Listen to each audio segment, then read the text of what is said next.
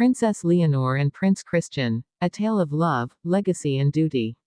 They told us royal love stories belong to the past, tales of arranged marriages, crowns traded for alliances, and couples bound by duty rather than desire.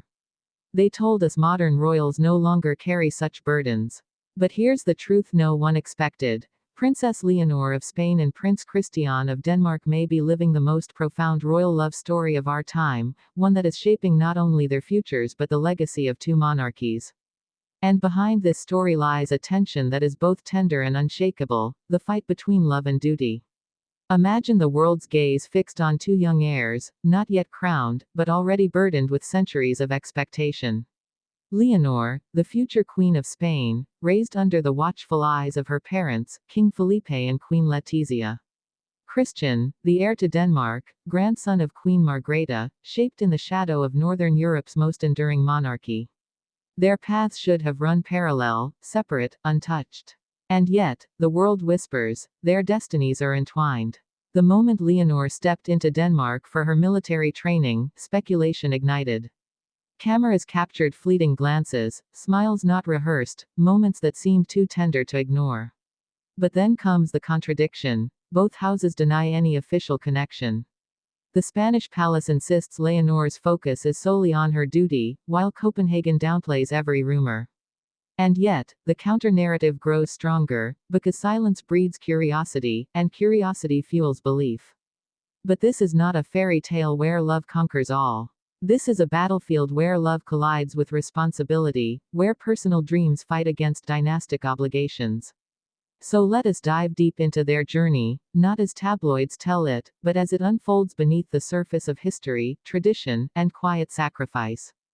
The first question is simple: why them? Why does the world's fascination settle on Leonor and Christian? The answer is hidden in legacy. For Leonor, every step she takes is history in motion. She is Spain's first queen regnant in centuries. Her reign, if destiny allows, will symbolize modern equality, unity, and resilience in a divided country.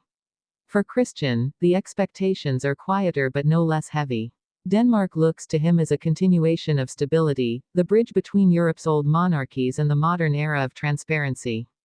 Together, they represent something larger. Two young royals carrying the hope of nations, the weight of crowns, and the possibility of something more intimate, a partnership built on love.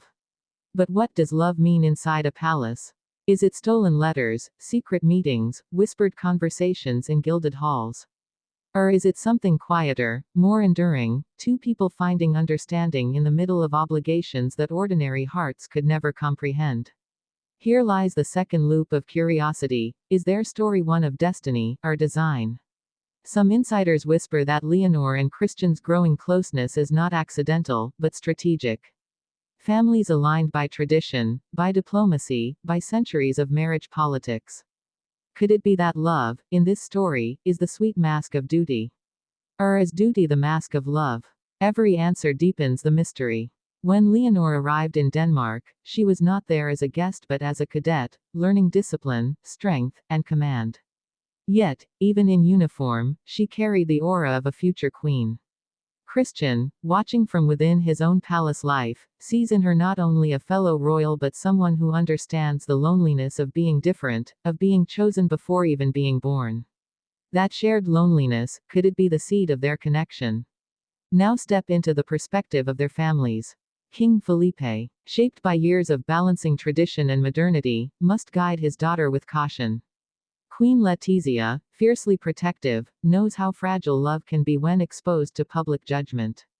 And across the sea, Queen Margrethe, seasoned and wise, knows that duty will always challenge the heart. The question grows sharper: would these families support such a bond, or would they fear it as a distraction from the crown? History offers us warnings. Think of Prince Charles and Princess Diana. Duty forced their marriage, love crumbled, and history remembers the tragedy. Think of Edward VIII, who chose love over duty, and lost his crown.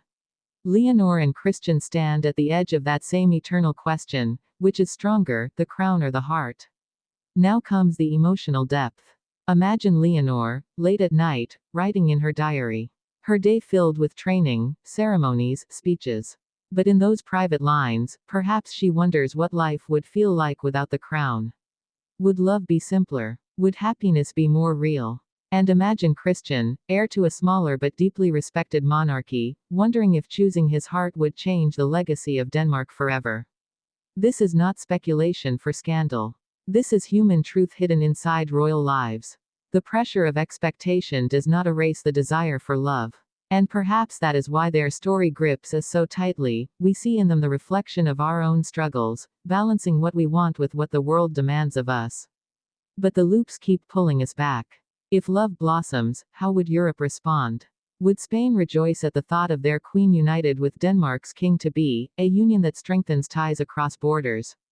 Or would critics rise, claiming it is another dynastic calculation, a step backward into the old ways of monarchy? And what of Leonor herself? Would she be allowed to choose freely, or would the crown quietly choose for her? And yet, amid the speculation, there are undeniable moments of tenderness. Glances caught by photographers. Smiles exchanged in passing. The way Leonor carries herself when Christian is near, poised, but lighter. The way he, usually reserved, softens when their eyes meet. These moments may mean nothing. Or they may mean everything. So where does this tale lead us? Perhaps to a royal wedding in the future, a joining of two legacies into one. Perhaps to heartbreak, as duty pulls them apart before love can truly take root. Or perhaps to a quiet, enduring bond hidden from cameras, known only to them. One truth remains: Leonor and Christian stand not only as heirs but as symbols of a new generation of royals. They remind us that crowns may be ancient, but hearts remain timeless. And so we close the circle. They told us royal love stories were relics of the past. They told us duty had conquered desire. But the story of Princess Leonor and Prince Christian whispers a different truth. Even under the heaviest crown, the human heart still dares to dream.